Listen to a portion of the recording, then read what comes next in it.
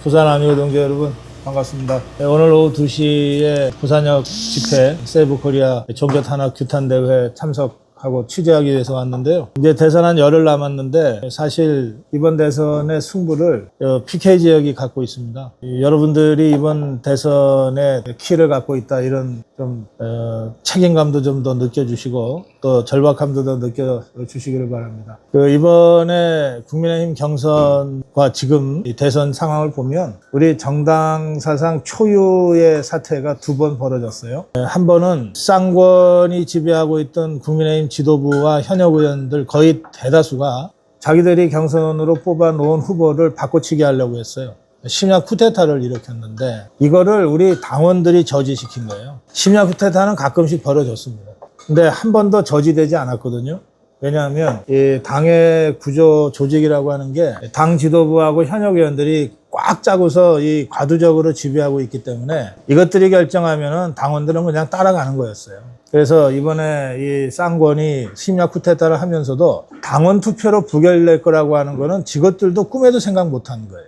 그리고 사실은 제가 보면은 김문수 후보와 그 캠프도 당원 투표에서 부결시키겠다라고 하는 생각을 못했어요. 그래서 여러분들 다 당원들로서 전화 받고서 응답을 하셨겠지만 차마 이럴 수는 없다 해서 안 된다고 응답은 하셔도 내가 이 당원 투표로 저자들의 쿠데타를 저지하겠다, 저지할 수 있다 이렇게 생각하고 응답하신 분들이 별로 없어요. 또 김문수 후보와 캠프도 당원들한테 호소를 하질 않았어요. 지금 이 당을 지배하는 저 기득권 세력이 합법적으로 정당하게 선출된 후보를 지금 끌어내리려고 하니 여러분들이 저지시켜 주십시오. 이런 식의 호소를 여러분들 들어보셨어요? 호소 자체를 안 했거든요. 어차피 당원 투표는 요식적인 절차다 생각을 하고 그 당원 투표가 끝나면은 이제 전국 그 회의가 열리는데 거기서 혹시 근데 그것도 어려울 거라고 보고 그것도 다 요식적인 절차니까 그러면 이거를 법정으로 가져가겠다. 되게 이런 정도 준비를 했던 거예요. 그런데 누구도 예상하지 못한 이 당원들의 혁명이 일어났어요.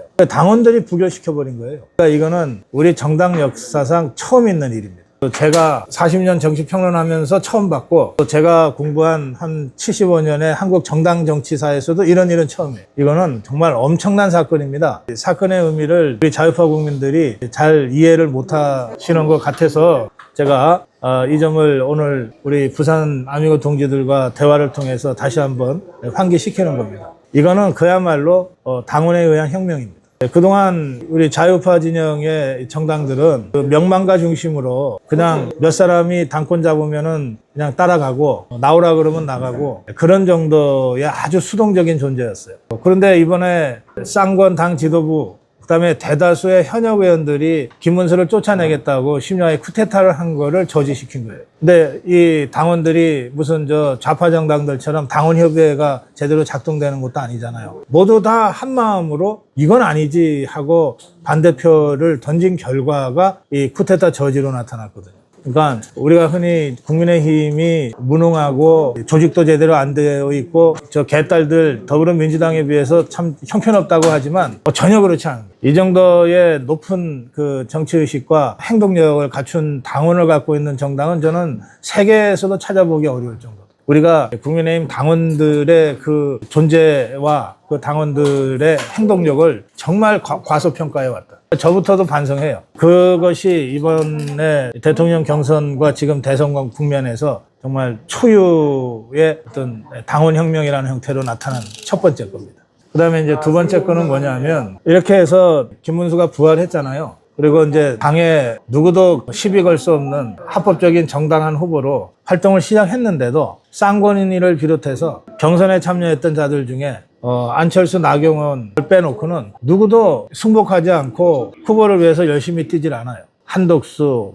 홍준표, 한동훈인도 말할 것도 없고 현역 의원들도 거의 자기 일처럼 열심히 뛰는 의원들이 그저 대여섯 명밖에 안 돼요. 이런 정당은 저 진짜 처음 봤어요. 그러니까 정말 많은 분들이 우리 동네에는 이재명이 플래카드만 있다. 거리 인사도 시퍼런 것들만 한다. 거의 전국에 빠짐에서 이런 이야기들이 올라오고 이걸 끊임없이 김문수 후보하고 캠프에다가 또 당에다가 국민의힘에다가 전해도 나아지는 게 별로 없어요.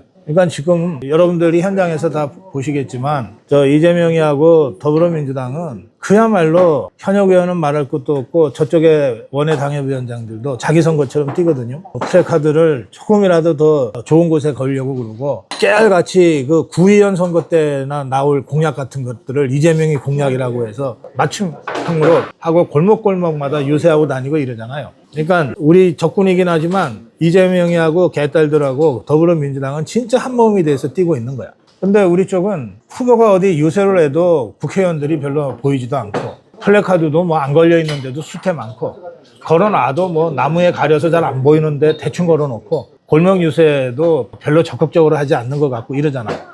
그러니까 그냥 김문수 혼자 뛰는 것 같아. 선거가. 이런 상태에서 지지율이 지금 이재명을 바짝 추격해서 저는 다음 주면은 역전시킬 것 같거든요. 이 추세로 봐서. 그러니까 전적으로 김문수의 개인적인 능력입니다. 그런데 어제 그저께 김문수가 굉장히 중요한 결단, 이것도 정당 사상 처음 있는 일입니다. 뭐냐면 75만 명의 국민의힘 당원들을 전부 다 홍보 특보로 임명을 했어요. 대통령 후보의 홍보 특보. 그럼 이 얘기는 뭐냐면 김문수 후보도 오랫동안 정당 활동을 한 사람이잖아요.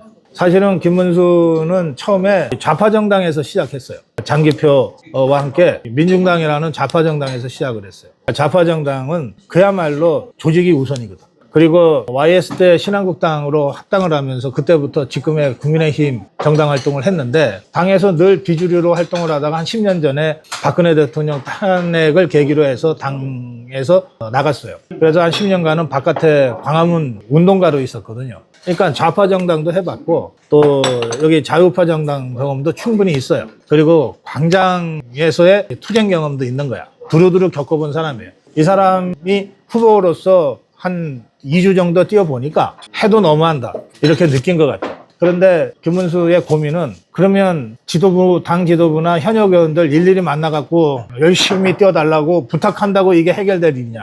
신용은 내겠지만 본질적으로 바뀌지 않을 거다라고 본 겁니다. 그래서 사실은 굉장히 극단적인 조치인데 김문수의 이번 조치는 내가 당원들하고 직접 소통하고 당원들과 직접 손잡고 뛰겠다는 결정을 한 거예요. 당 지도부 필요 없고 현역 국회의원들 필요 없다. 나를 죽음에서 건져 올려서 나를 다시 부활시키면 당원들이다. 그 당원들과 함께 뛰겠다. 그래서 당원 모두에게 다 대통령 후보 홍보특보 임명장을 줘버린 거예요.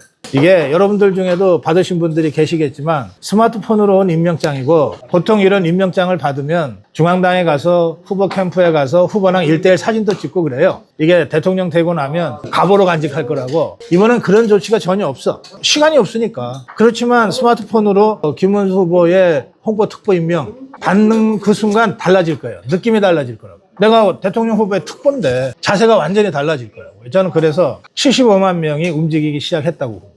당 지도부, 당에서 무슨 행사 때마다 상석에 앉아가지고서 개폼들 잡고 있는 저런 것들 다 합쳐봤자, 현역 의원 다 합쳐봤자, 원외당의 위원장 다 합쳐봤자 몇백 명밖에 안 돼. 지것들이 표가 있는 것도 아니야. 요즘에 누가 국회의원 얘기 듣고 투표합니까? 누가 당협위원장 얘기 듣고 투표해요? 그러니까 그런 몇백 명, 몇천 명의 표를 포기하는 대신에 75만 명의 진짜 자기를 구해준, 자기를 죽음에서 살려낸 당원들과 함께 하겠다는 결의를 행동으로 한 거라고. 저는 당이 완전히 달라질 거라고 생각합니다. 이게 그런데 정당 사상 처음 있는 일이에요.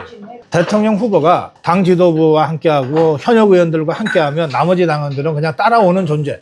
이게 지난 75년의 한국 정당의 모습이야.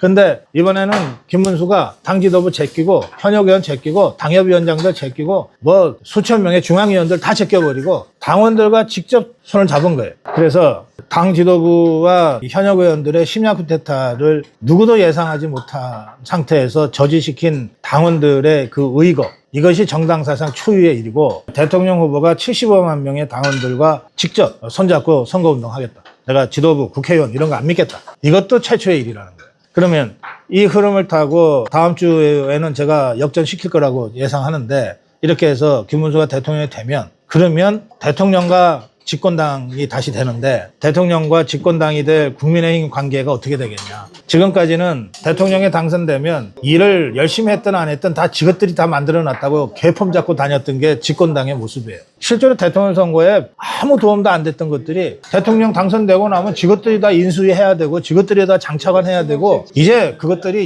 전혀 그런 소리 못하게 돼버렸어요. 무슨 자격이 있다고 지것들이 김문수 대통령 된 다음에 우리가 대통령 만들었다고 큰소리치고 나오겠냐고. 제가 보기에 윤상현이나 나경원이나 안철수 정도 빼놓고는 대통령 앞에 제가 나름대로 열심히 했습니다라고 얘기할 국회의원들은 하나도 없어요. 그러면 저 당은 이제 없어져야 돼. 지금은 선거를 치르기 때문에 선거를 치르는 중에 당을 해체하는 건 너무나 복잡하고 쓸데없이 잡음이 많이 나니까 그냥 데리고 가는 거야. 근데 김문수가 대통령이 되고 나면 100% 당은 완전 해체합니다.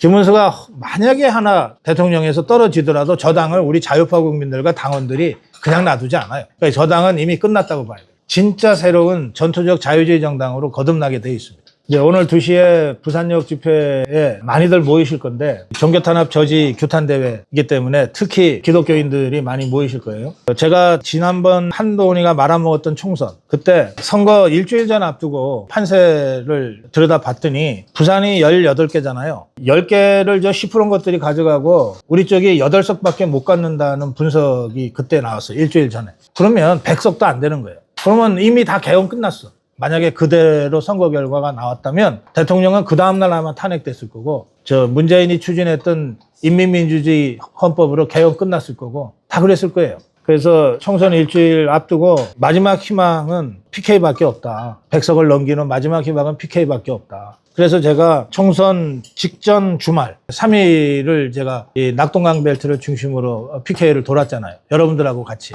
그때 돌면서 제가 정말 피부로 느꼈어요. 부산, 경남의 민심이 바뀌는데 한 3일 걸리더라. 제가 첫날 내려와 가지고서 저 좀 어렵게 선거하고 있는 김희정 지역이나 뭐 이런 데 갔더니 우선 김희정이부터 막 거의 막 울음을 듯이 그러더라고. 절대적으로 불리한 상황이다 이래가지고. 근데 3일 동안 뭐 저 혼자만 한 건 당연히 아니죠. 막판에 이러다가 정말 100석도 못한다는 그 걱정과 우려들이 널리 퍼지면서 그래도 개헌선언 만들어야 되지 않냐 이런 생각들이 퍼지고 그러면서 부산에서 18개 중에 17개를 우리가 했잖아요.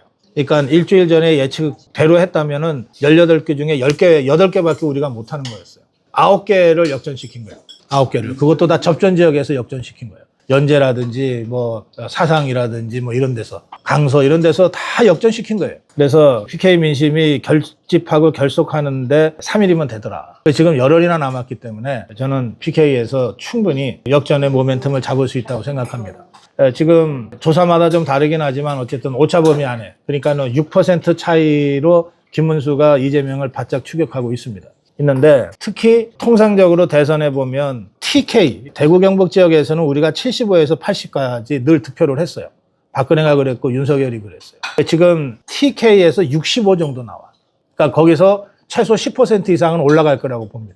그다음에 PK는 우리가 60에서 65 정도를 득표를 해왔거든요. 노무현 같은 아주 이상한 경우 빼놓고는 그러니까 우리가 진 선거 빼놓고 우리가 이긴 선거에서는 대개 65에서 70 정도를 해왔어요. 지금 이게 55 수준이야. 그러니까 여기서도 10% 이상은 올릴 수 있다는 거야. 보통의 선거에 비교해서. 근데 TK보다 PK가 인구가 훨씬 많잖아요. 같은 10%라도 TK에서 10% 상승보다 PK에서 10% 상승이 훨씬 더 파괴력이 큰 거야. 그리고 오른 만큼 오른 지역에서 1, 2% 올리는 것보다 원래 당연히 나와야 될 수치보다 10%가 아직 안 나오는 데서 10% 올려서 원래 나오는 만큼 만드는 거는 상대적으로 쉽잖아요. 다만 이게 달궈지는데 좀 시간이 걸린다는 거예요. 그 지난 2주 동안은 이게 달궈지는 시간이었어요. 이제 굉장히 뜨거워졌기 때문에 저는 이 흐름을 타고 남은 열흘 동안에 PK에서 10%만 올려놓으면 전국적으로 5%, 10% 이상 김문수가 앞서는 것으로 선거가 끝날 거라고 봅니다. 생각보다 차이가 많이 나는 선거가 될 겁니다. 박근혜가 문재인이 꺾을 때 108만 표 이겼어요. 108만 표. 그런데 윤석열이 이재명이 꺾을 때는 24만 표. 부정선거 이런 것들 염두에 두더라도 어쨌든 간신히 이긴 거예요. 저는 이번에 김문수가 이재명을 꺾으면 박근혜가 문재인이 꺾었던 그 100만 표 이상의 차이로 우리가 이긴다고 생각합니다. 그 비밀이 PK에서 10% 상승, TK에서 10% 상승이에요. 이미 수도권은 김문수가 모을 수 있을 만큼 다 모았어. 조사에 따라서 앞서는 조사도 있고 지더라도 근소하게 지거든요. 수도권은 이미 좌우 결집이 다 된 거야. 유일하게 영남권이 아직 충분히 결집이 안 된 상태예요. 그래서 오늘 2시에 세이브 코리아 부산역 집회는 그런 의미에서 이 PK 지역의 응집의 모멘텀이라는 점에서 매우 중요합니다. 세이브 코리아의 종교탄압 규탄대회는 정치 집회가 아니에요. 그래서 그 자리에서는 뭐 김문수를 찍자든지 이재명을 떨어뜨리다든지 이런 정치 구호는 연단에서 할 수가 없습니다. 그러나 다 이심전심으로 이 상황이 어떤 상황인지 다 공유할 수 있고, 그리고 우리가 탄핵 저지 투쟁에서 만났던 바로 그 동지들이 다시 만나는 거 아니에요. 저는 오늘 집회가 그런 의미에서 이번 대선의 마지막 국면, 중반전 끝나서 이제 후반전으로 이제 접어들고 있는 이 시점인데, 이 시점에 어제 김문수는 박근혜를 만났고, TK표는 뭐 최대한 결집이 될 겁니다. 오늘 PK는 부산역 집회를 기점으로 해서 강력한 결집을 보일 겁니다. 그렇게 되면 다음 주 역전이 된다, 이렇게 보는 것이고요. 아까 제가 국민의힘 같은 정당은 우리 정당 사상 있어 본 적이 없다. 또 국민의힘 당원들 같이 훌륭한 당원들도 정당 사상이 있어 본 적이 없다. 대통령 후보가 당원과 직접 손잡고 선거하겠다는 것도 차상 처음이다. 이 흐름이 오늘 세이브 코리아의 집회와 맞닿으면 그야말로 국민의힘의 평당원들과 당적도 없는 자유파 국민들이 손잡을 수 있는 거예요. 지금까지 국민의힘과 광화문 또는 한남동 또는 세이브 코리아의 이 광장 세력과 손잡는 것을 막아왔던 것들이 쌍권이고 당의 지도부고 현역 의원들이에요. 이것들이 막았어요, 이것들이. 그렇지만 광화문에 나갔고 한남동에 나갔던 대다수 자유파 국민들은 다 국민의힘 당원이기도 한 거예요. 또 현역 의원들은 안 나오고 당 지도부는 끝까지 대통령을 외면했지만 국민의힘 당원들 중에 탄핵 저지 집회에 안 나온 사람들이 누가 있어요? 국민의힘 당원들과 광화문 세력, 한남동 세력, 세이브 코리아 집회에 나왔던 자유파 국민들은 같은 사람들이에요. 그래서 김문수는 당의 후보로서 당원들과 손잡고 투쟁하는 것이고, 우리는 광화문에서 함께 투쟁했던 우리의 동지 김문수를 대통령으로 만들기 위해서 다시 부산역에서 모이고, 내일 모레 동대구역에서 모이고, 목요일 날 광주 금남로에 가는 겁니다. 그리고 마지막으로 다음 주 토요일 시청광장 대한문에서 우리 자유파의 대선 투쟁의 피날레를 만들어낼 겁니다. 이런 문제의식을 가지고 여기 여러분들 모이신 부산에서 이번 대선에 역전의 모멘텀을 만들어내야 된다. 이런 문제의식을 여러분들이 한 번 더 가지시길 바랍니다. 고맙습니다.